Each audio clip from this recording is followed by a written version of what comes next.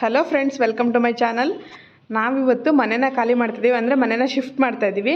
ಆ ಮನೆ ನೋಡೋಕ್ಕೆ ಅಂತ ಹೋದಾಗ ಅಲ್ಲಿ ಡೋರ್ ಓಪನ್ ಮಾಡಿದ ತಕ್ಷಣ ಪಾರಿವಾಳ ಬಂತು. ಅದನ್ನೇ ನೋಡಿಕೊಂಡು ಹಿಡಿಯೋಕ್ಕೆ ಟ್ರೈ ಮಾಡಿದ್ರೆ ಅದು ಆರಾಮಾಗಿ ಕೈಗೆ ಸಿಕ್ಬಿಡ್ತು. ಅಂದರೆ ಯಾರ ಮನೆಯೆಲ್ಲ ಸಾಕಿರೋ ಪಾರಿವಾಳ ಅನಿಸುತ್ತೆ, ಹಾಗಾಗಿ ಬೇಗ ಕೈಗೆ ಸಿಕ್ತು.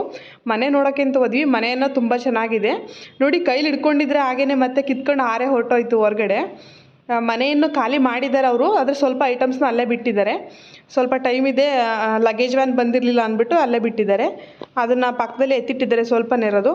ನಾವು ನೋಡೋಣ ಅಂತ ಹೋಗಿದ್ವಿ. ಮನೆಯೋ ತುಂಬ ಚೆನ್ನಾಗಿದೆ, ತುಂಬ ನೀಟಾಗಿ ಕೂಡ ಇತ್ತು. ನಾವು ಇವಾಗಿದ್ದಿದ್ದು ಮನೇನ ಬಿಟ್ಟು ಹೊಸ ಮನೆಗೆ ಯಾಕೆ ಬರ್ತಿದ್ದೀವಿ ಅಂತಂದರೆ, ನಾವಿದ್ದಿದ್ದು ಫ್ಲ್ಯಾಟ್ನ ಮಾರಿಬಿಟ್ಟಿದ್ದಾರೆ. ಹಾಗಾಗಿ ತಗೊಂಡಿರೋರು ಅದೇ ಮನೆಗೆ ನಾವೇ ಬರ್ತೀವಿ ಅಂತ ಹೇಳಿದ್ರು. ನಾವು ರೆಂಟಿಗೆ ಕೊಡ್ತೀರಾ ಅಂತ ಕೇಳಿದ್ರೆ, ಇಲ್ಲ ರೆಂಟಿಗೆ ಕೊಡೋದಿಲ್ಲ, ನಾವೇ ಬರ್ತೀವಿ ಅಂದರು. ಹಾಗಾಗಿ ಖಾಲಿ ಮಾಡೋಣ ಅಂದ್ಬಿಟ್ಟು ನಾವಿದ್ದಿದ್ದು 3rd ಫ್ಲೋರಲ್ಲಿ, ಇವಾಗ 4th ಫ್ಲೋರಿಗೆ ಬರ್ತಾ ಇದ್ದೀವಿ. ಈ ಮನೆ ಕೂಡ ತುಂಬಾ ಚೆನ್ನಾಗಿದೆ. ಈ ಮನೇಲಿ ಬ್ಯಾಚುಲರ್ಸ್ ಇದ್ರಂತೆ, ಹಾಗಾಗಿ ಜಾಸ್ತಿ ಏನು ಗಲೀಜಾಗಿಲ್ಲ. ಸಿಂಕ್ ಮಾತ್ರ ಒಂದು ತುಂಬ ಗಲೀಜಾಗಿದೆ, ಅಂದರೆ ವಾಶ್ ಮಾಡ್ದಲೇ ಹಾಗೆ ಬಿಟ್ಟು ಚೆನ್ನಾಗಿಲ್ಲ, ಗಲೀಜಾಗಿದೆ. ಅದೊಂದು ವಾಶ್ ಮಾಡ್ಕೋಬೇಕು ನೀಟಾಗಿ. ಮತ್ತು ಇವಾಗ ಹೊಸದಾಗಿ ಪೇಂಟ್ ಮಾಡಿದ್ರು ಅನಿಸುತ್ತೆ. ಮನೆ ಕೂಡ ಅಷ್ಟೇನು ಗಲೀಜಾಗಿಲ್ಲ. 2 ಬೆಡ್ರೂಮ್ ರೂಮ್ ಇದು, ತುಂಬಾ ಚೆನ್ನಾಗಿದೆ. ನನ್ನ ಮಗನ ಬರ್ತಡೇ ಇದ್ದಿದ್ದು ಆಗಸ್ಟ್ 3ನೇ ತಾರೀಕು. ಅದನ್ನು ಮುಗಿಸ್ಕೊಂಡು ನೆಕ್ಸ್ಟು 10ನೇ ತಾರೀಕು ಒಳಗಡೆ ನಾವು ಇಲ್ಲಿಗೆ ಬರಬೇಕಿತ್ತು. ನಮ್ಮ ಮನೆಯವರು ಸ್ವಲ್ಪ ಊರಿಗೆ ಹೋಗೋ ಕೆಲಸ ಇತ್ತು, ಹಾಗಾಗಿ ಬಂದು ನೋಡ್ತಾ ಇದ್ದೀವಿ. ಫಸ್ಟು ಬರ್ತಡೇಗೆ ನಮ್ಮ ಚಿಕ್ಕಪ್ಪ ಚಿಕ್ಕಮ್ಮ, ನಮ್ಮ ಅಪ್ಪ ಅಮ್ಮ, ಅಕ್ಕ ಬಾವ ಎಲ್ಲ ಬಂದಿದ್ರಲ್ಲ, ಅವ್ರಿಗೆಲ್ಲರಿಗೂ ಕರ್ಕೊಂಡು ಬಂದು ತೋರಿಸಿದ್ರೆ ಓಕೆ ಚೆನ್ನಾಗಿದೆ, ಇಲ್ಲಿಗೆ ಬರ್ಬೋದು ಅಂತ ಹೇಳಿದ್ರು. ಹಾಗಾಗಿ ಇಲ್ಲಿ ನಮ್ಮ ಮನೆಯವರು ನಮ್ಮಮ್ಮ ಬಂದು ಮತ್ತೆ ನೋಡಿಬಿಟ್ಟು ಮತ್ತೆ ಮನೆನ ಶಿಫ್ಟ್ ಮಾಡ್ಕೊಂಡ್ವಿ. ಹರೇ ನಮಃ, ಶ್ರೀ ಕೃಷ್ಣ ಪರಬ್ರಹ್ಮಣೇ ನಮಃ. ಅಗರತ್ತು తీసుకోండి. ಅಗರಬತ್ತಿ. ಓಂ ಸುಖಾಯ ನಮಃ, ಏಕದಂತಾಯ ನಮಃ, ಕಪಿಲಾಯ ನಮಃ, ಯತಿಕಂಠಾಯ ನಮಃ, ಲಂಬೋದರಾಯ ನಮಃ, ವಿಕಟಾಯ ನಮಃ, ವಿಘ್ನರಾಜಾಯ ನಮಃ. ನಾವು ಈ ಮನೆಗೆ ಬಂದಿದ್ದು ಆಗಸ್ಟ್ 10ನೇ ತಾರೀಕು. ಅಷ್ಟರಲ್ಲಿ ನಮ್ಮ ಮನೆಯವರು ಇಲ್ಲ, ಊರಿಗೆ ಹೋಗಿದ್ರು. ಅಂದರೆ ಊರಲ್ಲಿ ಸ್ವಲ್ಪ ಕೆಲಸ ಇದೆ ಅಂದ್ಬಿಟ್ಟು ಹೋಗಿದ್ರು. ನಮ್ಮ ಮನೆಯವ್ರು ಇಲ್ದಾಗಲೇ ಮನೆ ಚೇಂಜ್ ಮಾಡೋದು, ಎಲ್ಲನೂ ಶಿಫ್ಟ್ ಮಾಡೋದು, ಐಟಮ್ಸ್ ಎಲ್ಲ ತಂದಿಡೋದು ಎಲ್ಲ ತುಂಬಾ ಕಷ್ಟ ಆಯಿತು. ನಮ್ಮ ಅಪ್ಪ ಅಮ್ಮ ಜೊತೆಗಿದ್ದರಿಂದ ಸ್ವಲ್ಪ ಪರವಾಗಿಲ್ಲ, ಹೆಲ್ಪ್ ಆಯಿತು ಅಂತಲೇ ಹೇಳ್ಬೋದು. ನಮ್ಮ ಅಪ್ಪ ಶಾಪ್ಗೆ ಹೋಗೋರು, ನಮ್ಮಮ್ಮ ಮನೇಲಿ ನನಗೆ ಹೆಲ್ಪ್ ಮಾಡೋರು. ಮೊದಲೇ ನಾವು ಪೂಜಾರಿಗೆ ಬರೋಕ್ಕೆ ಹೇಳ್ಕೊಂಡಿದ್ವಿ. ನಮ್ಮ ಮನೆಯವ್ರು ಬರೋಕ್ಕೆ ಹೇಳಿಬಿಟ್ಟಿದ್ರು ಫೋನ್ ಮಾಡಿ. ಅವರು ಬಂದು ನೀಟಾಗಿ 9:30ಗೆ ನಮಗೆ ಒಳಗಡೆ ಎಲ್ಲ ಬಂದಮೇಲೆ ಪೂಜೆ ಮಾಡಿಸ್ಬಿಟ್ಟು ಎಲ್ಲ ಹೇಳ್ತಾ ಇದ್ದಾರೆ.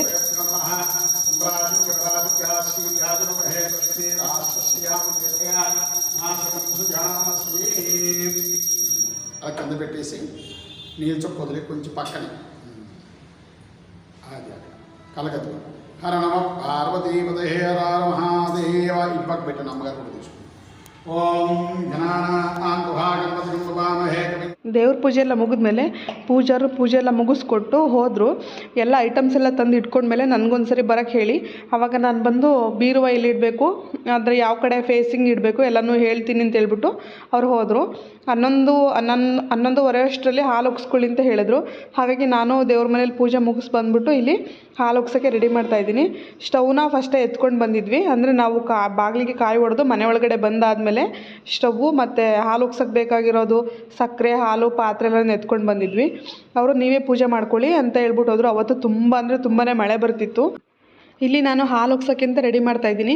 ಪಾತ್ರೆ ತೆಗೆದು ಅದಕ್ಕೆ ಅರಿಶಿನೆಲ್ಲ ಹಚ್ಬಿಟ್ಟು, ಕುಂಕುಮ ಹಚ್ಬಿಟ್ಟು, ಸ್ಟವ್ಗೆಲ್ಲ ಅರಿಶಿನ ಕುಂಕುಮ ಇಟ್ಟು ಹೂನ ಇಟ್ಬಿಟ್ಟು ಹಾಲು ಉಗ್ಸೋಣ ಅಂದ್ಬಿಟ್ಟು ಮಾಡ್ತಾಯಿದ್ದೀವಿ. ಹಾಲು ಉಗ್ಸಿ ಅದರಲ್ಲೇ ಪರಮಾನ್ನ ಮಾಡಿಬಿಟ್ಟು ದೇವರಿಗೆ ನೈವೇದ್ಯ ಮಾಡಿ ಅಂತ ಹೇಳ್ಬಿಟ್ಟು ಹೋದರು.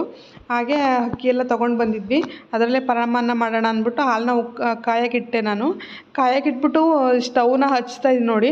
ಸ್ಟವ್ನ ಹಚ್ಚಿದ್ರೆ ಅದು ಸ್ಟವ್ ಹತ್ಕೊಂಡೇ ಇರಲಿಲ್ಲ.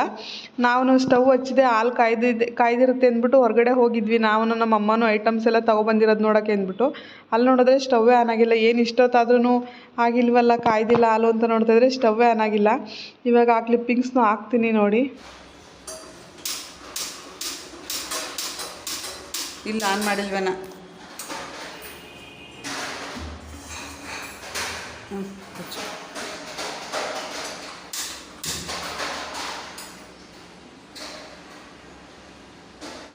ನೋಡಿ, ನಾನು ಸ್ಟವ್ನ ಆನ್ ಮಾಡಿ ಆ ಸ್ಟವ್ ಆನ್ ಆಗಿದೆ ಅಂತ ಹತ್ಕೊಂಡಿದೆ ಅಂತ ಹೇಳ್ಬಿಟ್ಟು ಹೋದ್ವಿ ಹೊರಗಡೆ.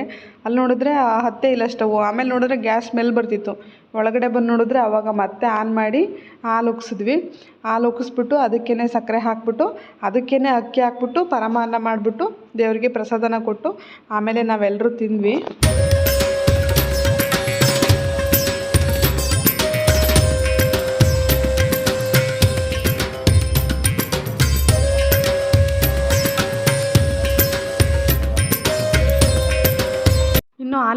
ಹಾಕ್ಸಿ ಪೂಜೆ ಎಲ್ಲ ಮಾಡಿದ್ದಾಯಿತು.